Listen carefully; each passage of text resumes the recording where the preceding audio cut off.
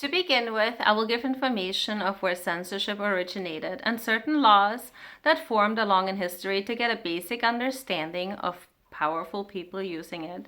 We will look deeper into different styles of censorship, including self-censorship and others which are not mentioned as frequently. With looking neutrally into those, I will present points that are pro and con censorship in its different forms and look deeper into this topic. During the video, keep in mind that censorship should be looked at from investigating eyes, because a lot of important information can be hidden due to powerful biased decisions and could eventually eliminate our freedom in our democracy. But at the same time, could censorship have certain benefits as well? Ready with your critical thinking skills? Let's get started. Traveling back to the ancient Beep. A censor was a Beep. who was Beep. for Beep. the Beep. supervising Beep. and Beep. certain aspects Beep. finances. Beep. This is Beep. from Beep. making a big leap into Beep. when Beep. began to Beep. invented Beep.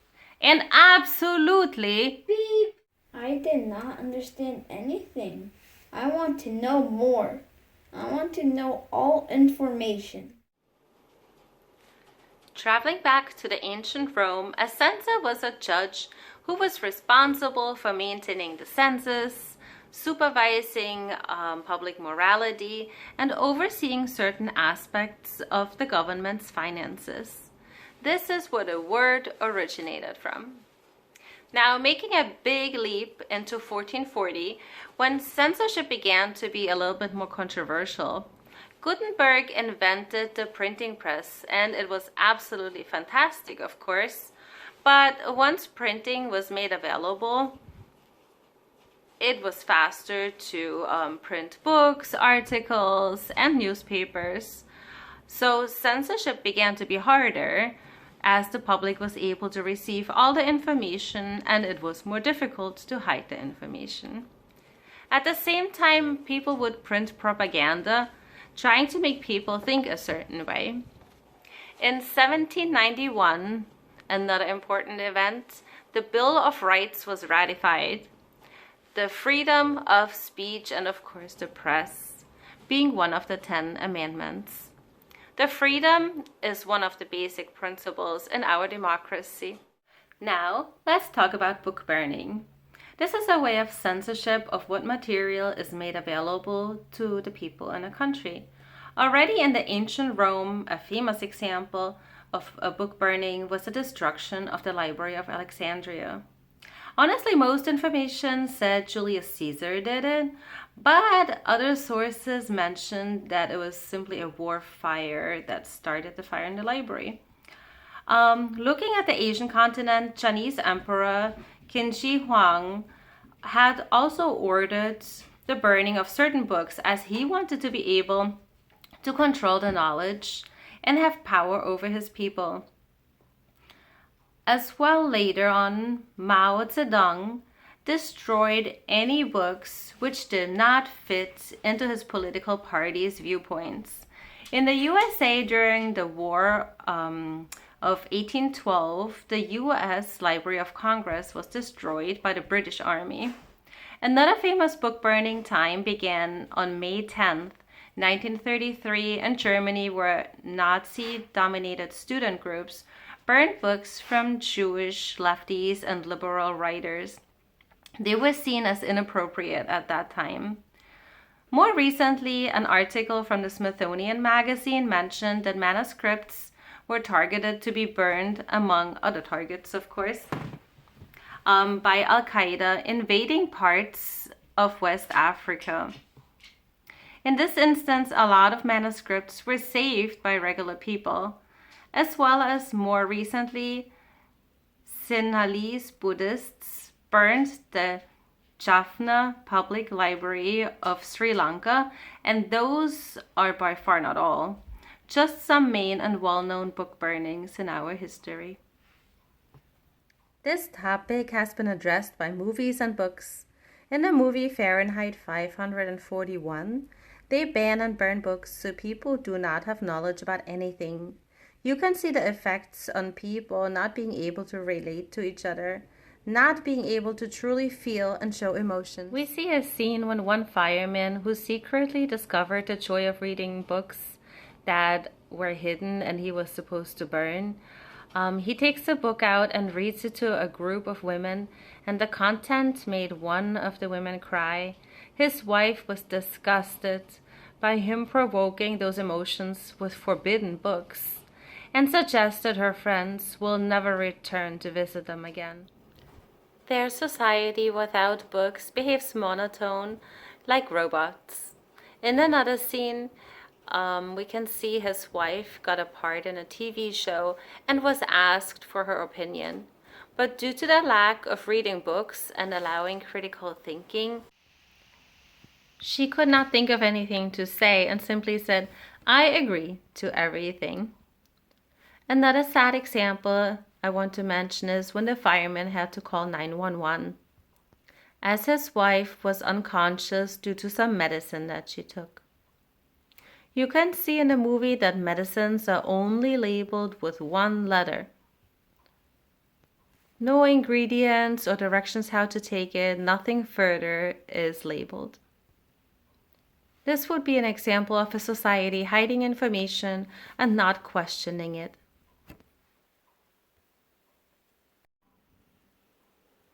He has no idea what to do, so he simply follows the instructions given from the 911 operator, as they're not educated to think on their own.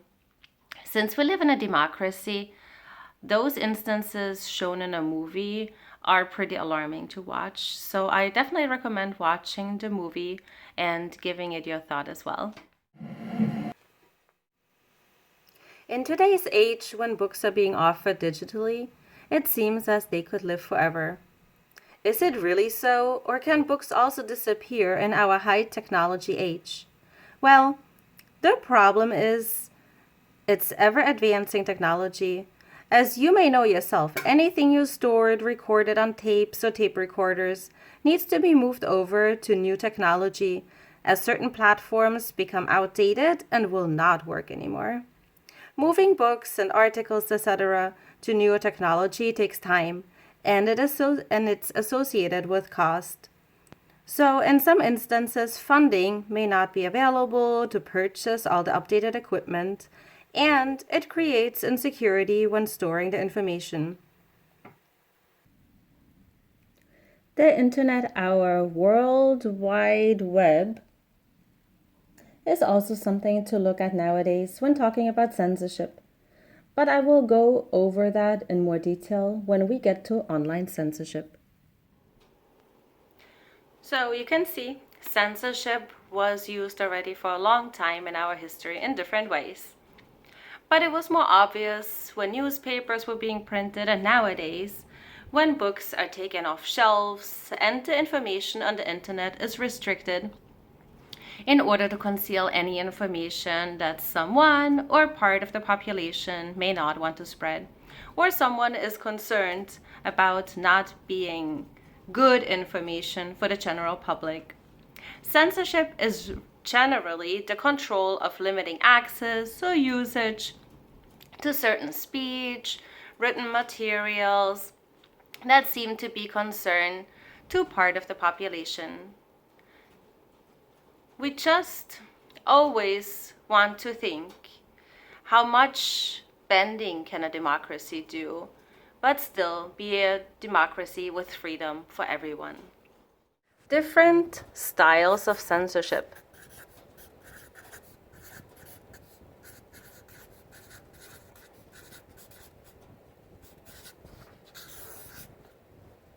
The first one I want to talk about is self-censorship.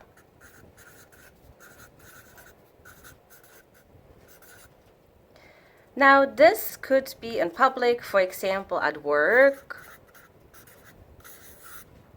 when someone has to behave and speak a certain way due to a supervisor or an authority person, or a person censoring themselves due to morals. and values. In a negative way, a person would censor themselves due to fear of authority.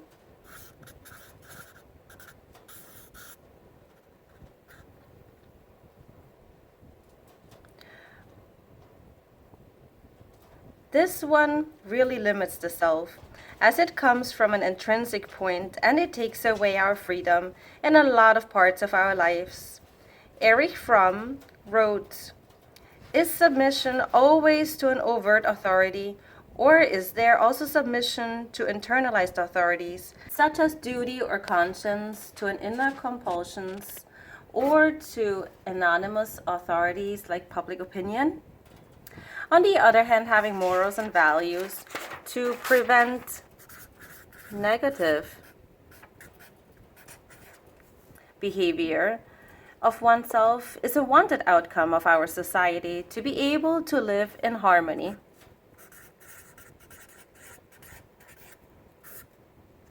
Rather than violence. Even though we may be able to say what we want, we still have to deal with consequences and judgment from the society, so sometimes people may rather not say anything in order to prevent being, so to speak, attacked by others with different opinions, or being made unpopular due to one's opinion. Even children from early on behave differently in school versus home.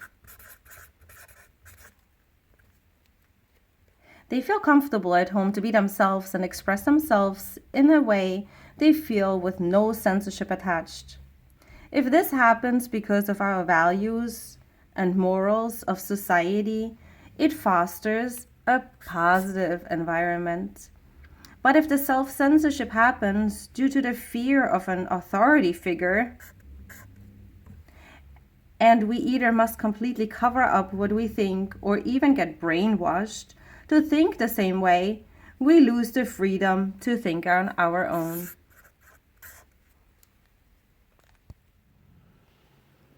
The next one I want to talk about is religious censorship.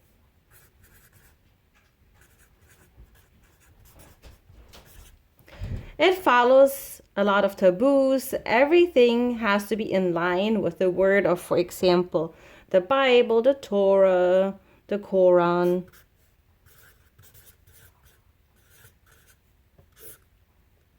On a website I found that in Islam they have a religious police who prevents any non-appropriate products, for example CDs, movies, to get seized. In some countries, political and religious censorship are connected. The next one is political and government/military censorship. In terms of censorship, political parties play a significant role. Starting when the printing press was invented, only the information with the purpose of propaganda was printed and shared. Continuing to the present time, where we still have one-sided news,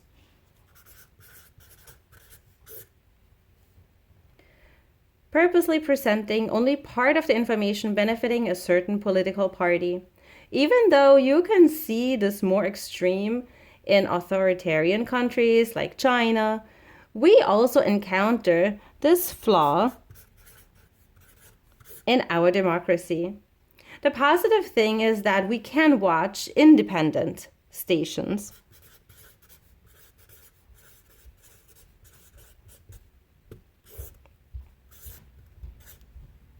To get neutral information with all the facts, but they are not as mainstream, of course, as other stations. As we saw in a recent case in Florida,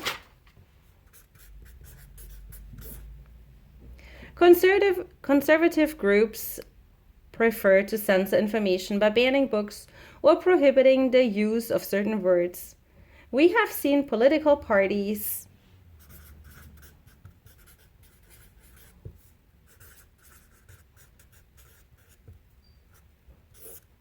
influence the curriculum in schools.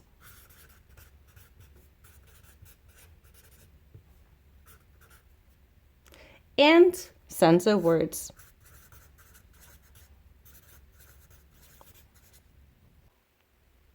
which they forbid to be used by teachers in school. In a way, those censorships are against the basic principles of democracy, especially the First Amendment of free speech.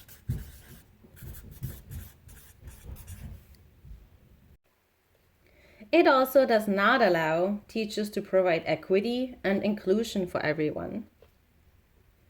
Aside from preventing a teacher from fully educating his or her students, censorship also contradicts what a democracy is.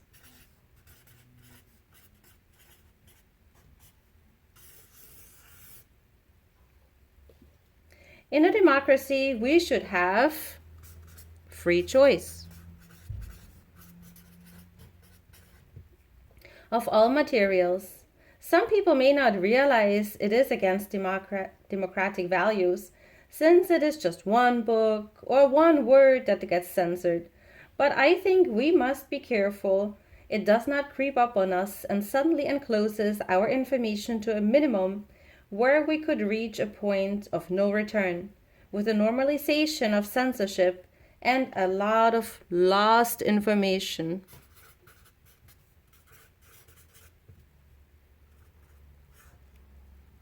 Censorship of writings can also dehumanize the authors, as it is erasing their thoughts and stories.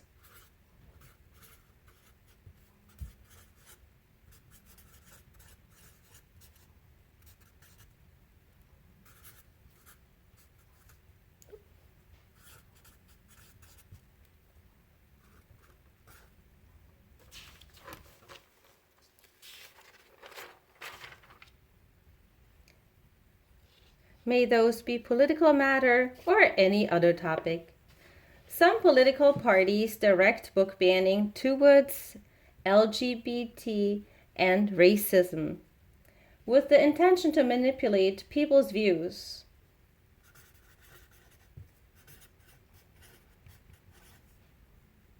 When minorities or certain groups of people are not included in the curriculum, they are unable to relate to the material learned, resulting in lower grades. To create a less flawed democracy, we must teach students to be critical thinkers.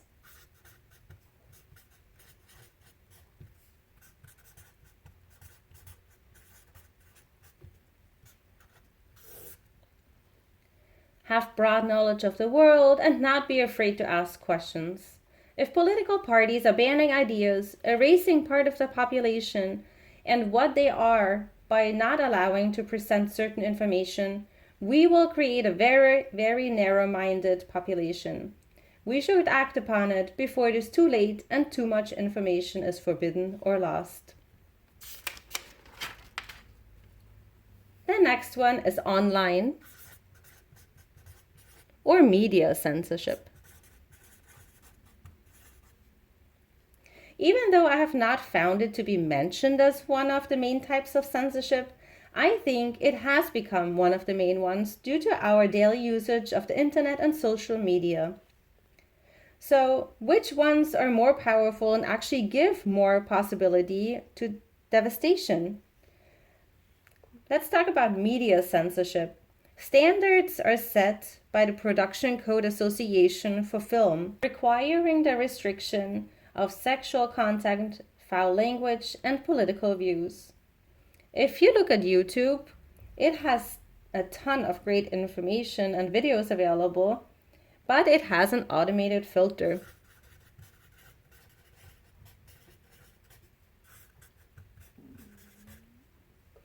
And certain videos can get flagged, for example, promoting gun sales, child pornography, and more. But sometimes videos glitch through when we think of the instance of Peppa Pig having split-second creepy photos pop up. Some people misuse the freedom and use it to try to sneak in inappropriate things. But in our country, this platform is not as censored as in North Korea, China, Iran, mostly authoritarian or strict religious countries. I helped out in a school a little while ago where a child had a meltdown and he mentioned he was scared. We found out it was something that child had seen on YouTube. So, since we do have more freedom, we also need more parental guidance when it comes to watching those platforms. Even my kids came across videos like Siren Head, Huggy Wuggy, just a bunch of creepy things as it pops up as the most watched videos. I told them this is not real and people just make scary videos because people like to watch things like that and they make money from posting those. And they should not get sucked into these videos and pick something else. Same with the toy unpacking videos.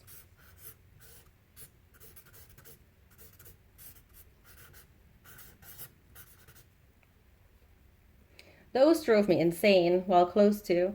They just promote materialistic ideals, and the kids just want those things that kids unpack on the YouTube videos. After a while, I told them we need to stop watching and supporting those videos, and I'd rather have them watch something else or they could create their own videos. At least we have the freedom of choice, and just because I don't like those videos, someone else may.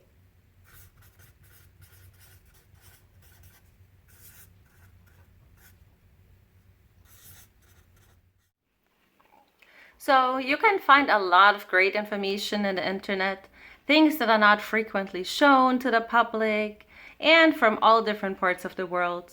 You just must always be aware that the information may not be completely true depending on the source it comes from. So searching the internet, I came across a couple photos which are not seen or shown as often in the history. And I think sometimes photos can say more than words. So I want to show you a photo of the Netherlands after the tuberculosis outbreak. They went outdoors trying to prevent children from contracting the disease. I think we can associate with this having to deal with COVID recently.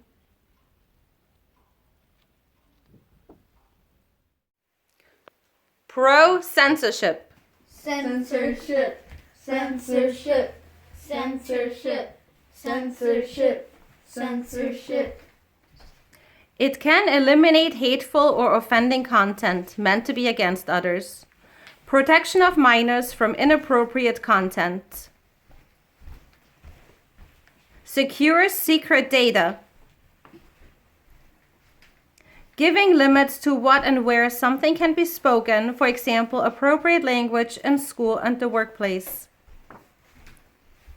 Someone could be giving misinformation purposely wrong, so it should be caught and taken off unless the person states it is their opinion and not a fact. Censorship in music and video games, where they have to be labeled to give parents a head up if it's appropriate for the child's age. Censorship in media, especially sites where everyone can post anything, can be controlled to alter the content to be appropriate for the public view. This includes copyrights or obscene material inappropriate for children. Con censorship against censorship. No censorship. No, no, no. No censorship. No, no, no. No censorship. The First Amendment of the United States protects freedom of speech, so it should not be prohibited or censored. It is usually subjective, decided by political groups, groups of citizens or activists, what to censor and what not to censor, so not in favor of the whole public. It eliminates broadening one's horizon and intellect if too much is censored. See the movie Fahrenheit 541. Prevents a person from expressing them freely maybe through speech, art, or whichever way. It allows a society or government to present only the information towards the directed thoughts they would want people to think. Teachers cannot teach what they want to teach, as everything is strictly laid out of what they need to teach, so a lot is censored. With that, I'd like to mention James Baldwin, who talks about not knowing his real history in a YouTube video I watched. He only learned American history and that he was rescued from Europe and brought to America. There were no books available where he could read the true history.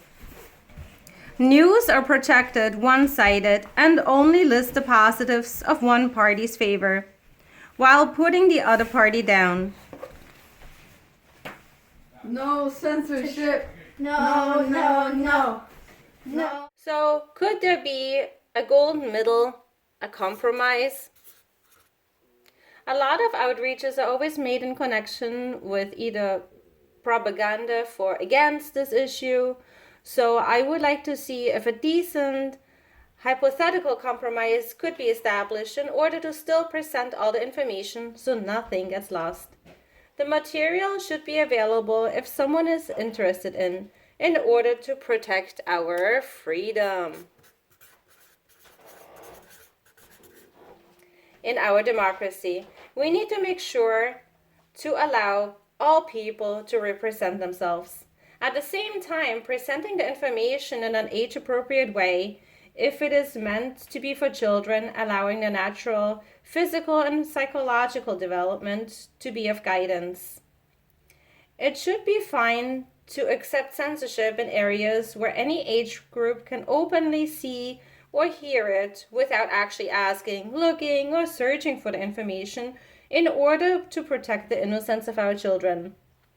As example, I'm thinking I would not want posters promoting drug usage, sexually explicit material being posted passing on highways for my kids to see.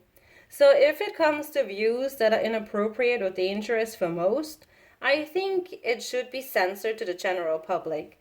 Even though we embrace our diversity, I think it makes it harder to agree on what we should censor and what should not be censored, as the USA has so many different cultures and so many different views. And again, with that, I mean showing it out in public versus making it available. Of course, it can be accessible for someone who is interested in these topics through magazines. So after researching a bit, I think that it is good if all the information is made and continue to be available at free choice. But not everything has to be right in front of your nose, so to speak. And material should be age appropriate when children are involved. As long as we keep that in mind, we possibly could find a common ground and understanding from everyone. I interviewed a co-worker and friend of mine, and she mentioned that in the US, we are too busy caring about individual freedom and don't care enough about the public good as a whole. So this is something valuable to think about when we try to find a common ground. Now let's turn those wheels, remembering all the information our brains just absorbed like sponges. I have some important questions we should ask when talking about censorship. So the first question: if the person in power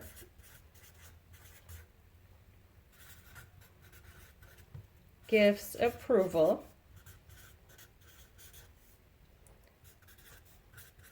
to censor something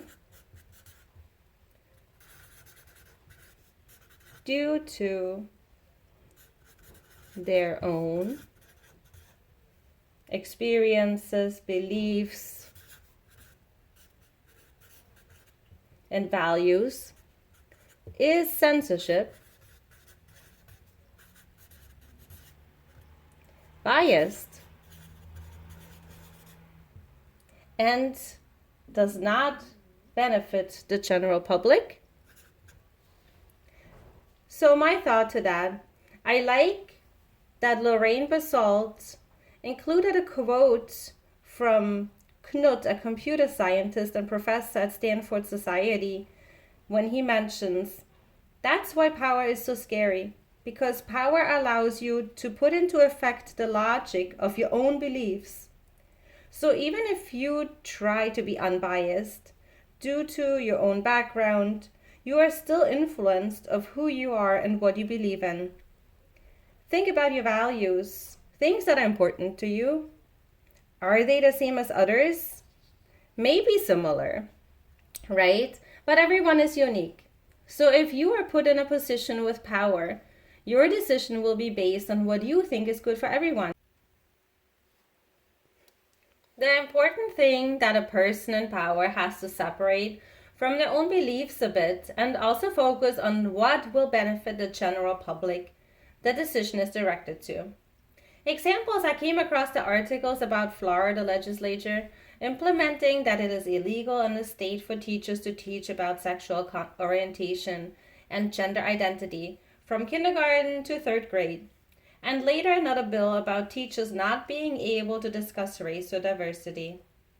Also, a more recent commotion in the news was about Mr. Musk originally advertising free speech for Twitter at the time he was looking to buy it. At the same time, he was looking for financial support from countries who restrict the freedom of speech. Later news suggests that Musk was quietly suspending left-leaning accounts but was more lenient on right-sided accounts. So the next question I have,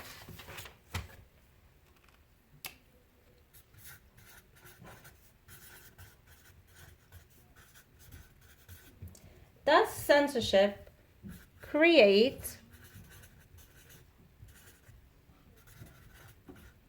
a more ignorant society, and therefore jeopardizes our freedom? So first, defining ignorance, which is really a lack of knowledge and information, the act of ignoring. So now if censorship withholds information from us, yes, we all do become more ignorant, as we don't even have the possibility of knowing. In addition, it does then limit our freedom. Under freedom, we understand the liberty to say, write, think, and do what we want to do without being controlled. So again, yes, looking at that, censorship definitely limits and restricts our freedom. An example of ignorance I found in an article from the NCAC, Censorship Protects Ignorance, Not Innocence, where they write about the focus on sex education in schools. The article states that not knowing causes unsafe practices, with that transmitted diseases. So in this case, censorship causes our children to be more ignorant by simply not knowing, and due to that, it causes them to make wrong decisions that could actually be harmful. Now thinking back when I mentioned James Baldwin, he did not have any history books available which would prevail the true history of where he came from. Now thinking if more books are forbidden from school, the children will not be educated about topics of racism or discrimination, and it will make them ignorant. It will be unintentional ignorance from their side, but this can be prevented by offering open and true material about important topics. We do not want to manufacture ignorance, putting others at disadvantage. Rather, we want to create open-minded and well-educated children. Now to the next question. Does censorship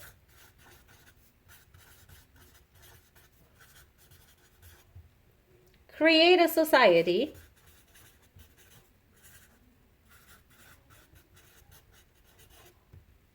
not being able to make choices themselves?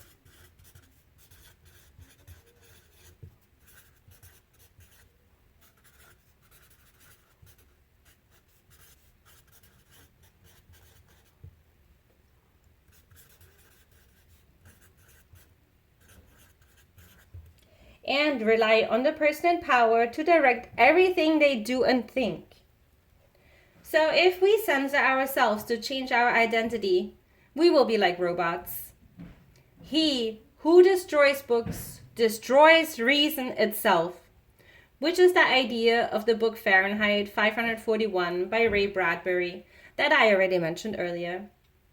The whole movie shows that nobody can make decisions on their own and just vegetates following directions. Here I also want to mention that we luckily have a choice of TV stations, but still a lot of stations or social media present the news extremely one-sided, favoring one party. This is also censorship by hiding the information, and it is purposely misinforming society by only showing what they think is relevant.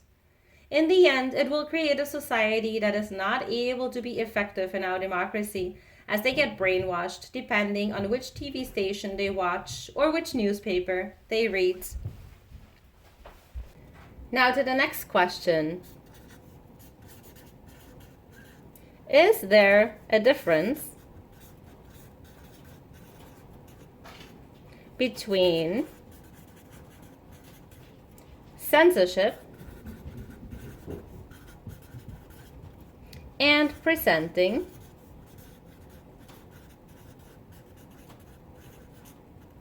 age-appropriate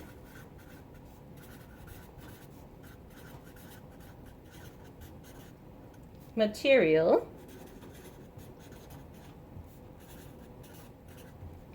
that seems to be proper relating to their physical and psychological development? Well, yes, there is a difference between censorship and pedagogical decisions to present a certain material at a higher grade. Some censorship we have seen as excluding information from the whole school about a certain topic, for whichever reason it is deemed to be seen as inappropriate for everyone. With that, we would not give students the opportunity to learn about others in the world and to learn to disagree with something and someone, but still be respectful to one another. So anyhow, now, if we simply present the topic according to the natural development of their brain and body, we can teach things in a way so they understand it. For example, it would make sense to teach about puberty when children enter puberty themselves around about 10 years old and later. But body parts, for example, can be taught way earlier. Other things like death can be understood at different levels also. At earlier ages, up until age 5, they don't understand that death is permanent. So they cannot make sense of abstract concepts as something being forever. Once they're older than 5, they start understanding permanency. They need honest answers and sometimes reassurance nothing they did caused the incident, as an article in the UK about bereavement suggests. To the next question.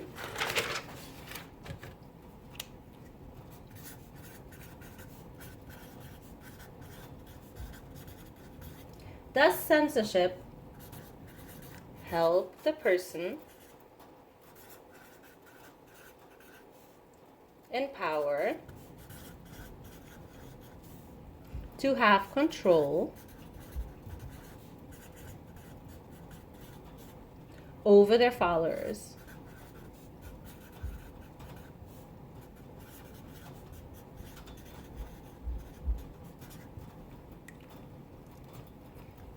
So, yes, they control the knowledge they want them to have and eliminate information that could give people the idea to question what is happening. In a political way, by not presenting a certain topic, will create a society not knowing about things and making them narrow-minded and easier to direct their thinking in a certain way. In this case, we can revisit thinking about Mr. Musk and the Twitter commotion, and also of propaganda persuading someone of something. Propaganda can be of political nature or a company's advertisement. They obviously only present the positive effects, and due to this influence, the choice of a lot of people. The next question Is censorship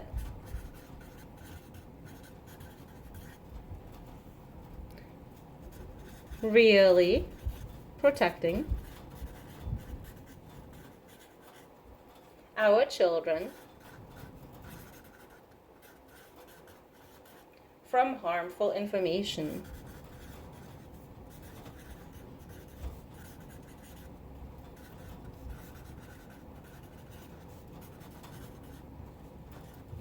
Or are they missing out on valuable knowledge about life?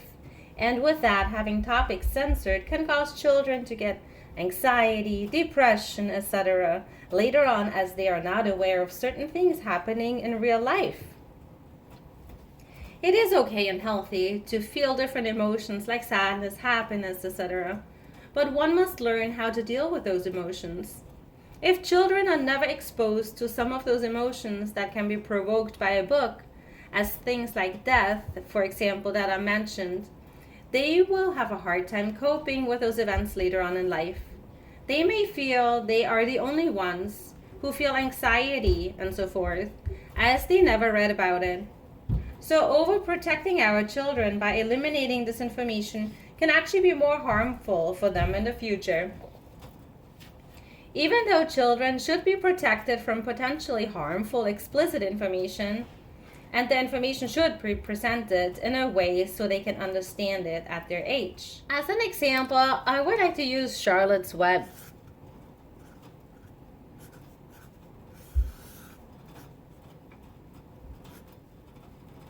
Which is a wonderful book, but it has been banned in a state for the reasons that it includes death and talking animals.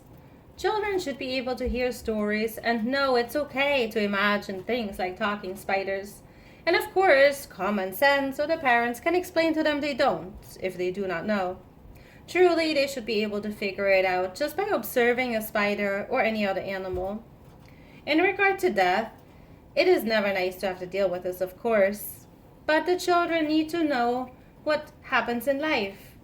As we mentioned earlier, children can understand it to a certain level, just not the permanency of death yet, until approximately age 5 or 6.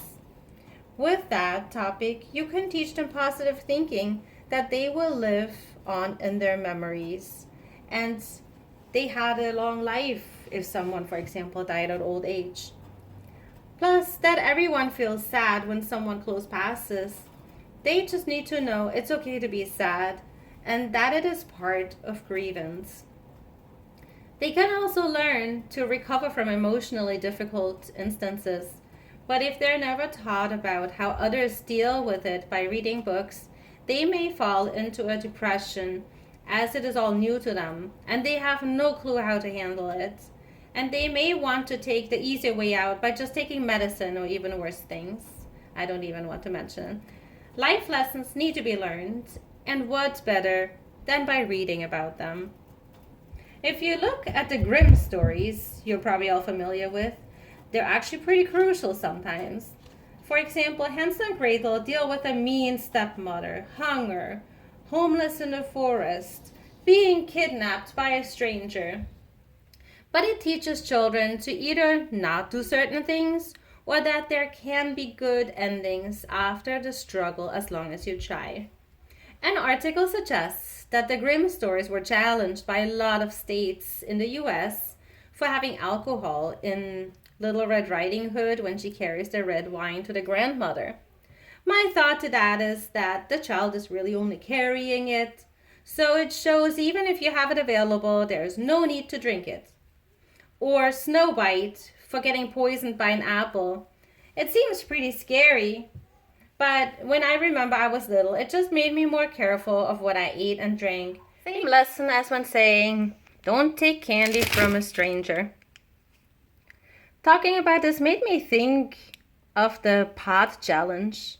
Maybe we should start reading those books again to our youth. Maybe we would stop those dangerous challenges like the laundry detergent pot challenge of putting oneself into danger. I just wonder how bored, social media, like hungry, some have become to do things like that. Not to end this on a mind-boggling note, I would like you to rethink this immense topic we just explored in pretty good detail. I would like you to look around when you're out and about and just be aware of censorship. And maybe next time when you go to the library, you can pick a book and venture out and pick something out of your comfort zone, something you would have never thought of exploring. Maybe would it be about cooking, technology, psychology, history, classic Shakespeare? Just to realize how amazing it is that we do have this big variety of books available to us. We can be thankful to have a democracy where our options are just all open to us, and hopefully we will keep it that way. Thank you.